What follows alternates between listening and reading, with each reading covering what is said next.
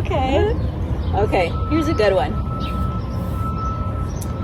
Do you do cocaine? No. I mean, can you imagine me on cocaine? I mean, I'm already pretty high strung as it is. Oh, you're not on cocaine? No. Oh, okay.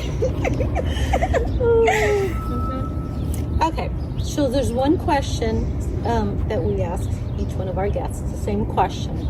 So we're gonna go ahead and have Sabrina. What are you doing for God? What am I doing for God? Hopefully the right thing.